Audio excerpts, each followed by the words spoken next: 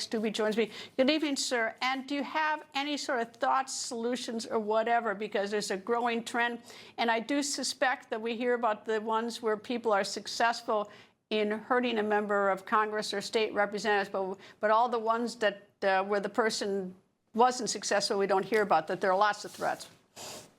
Yeah, I think all of us have had threats on our lives over the years of being in public service. You just have to take those seriously and have a security posture when you go to events and at your homes in order to put yourself in a safe environment. We have security cameras on our property. We have threat assessments on our property. When we go to events, local law enforcement is there.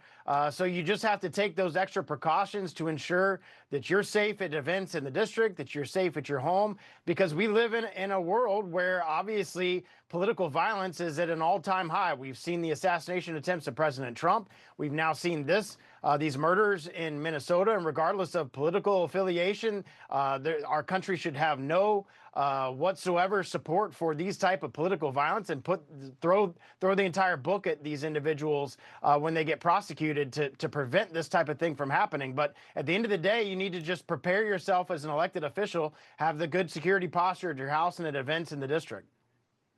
It's just unthinkable. I mean, the four that got attacked, 2 dead, 2 injured over the weekend in Minnesota. I mean, it wasn't their house in the middle of the night. I mean, it's like, you know, it's not like they were out in public and on a soapbox saying something might be controversial to some. I mean, they were in their homes, probably in bed at the time.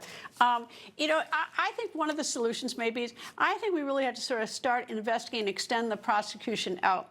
Not just those who actually pulled the trigger, but let's start looking to see who in any way contributed or helped or anything, and hold them responsible. We're holding more and more parents responsible for when their kids have guns and do something terrible with them. So maybe the problem is that, you know, so people are more inclined to report, or, you know, or something, because, you know, I can't believe that nobody didn't think this guy was up to no good at some point.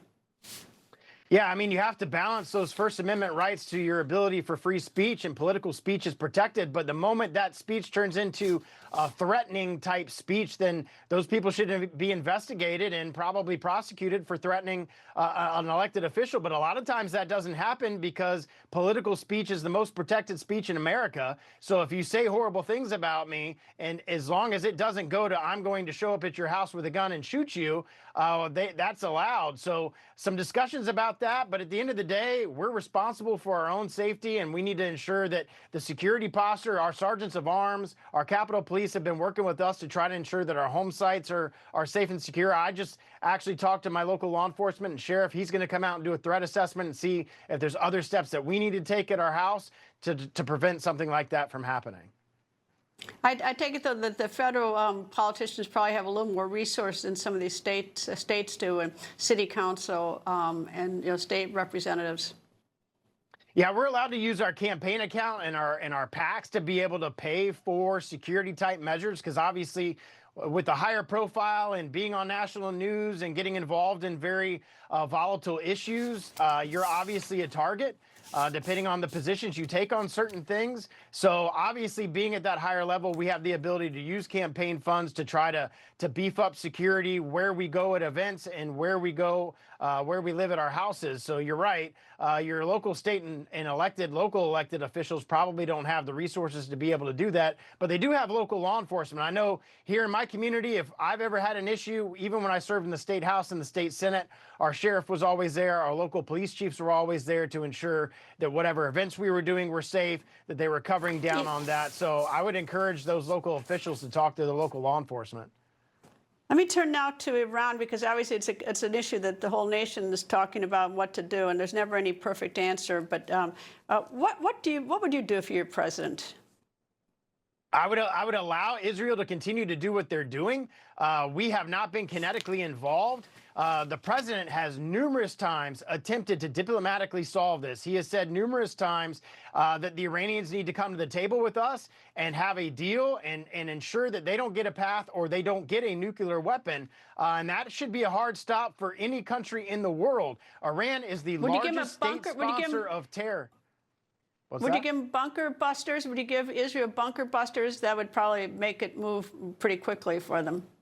Well, a lot of the munitions that they've had, obviously the Iron Dome defenses have been things that the United States have supplied for them.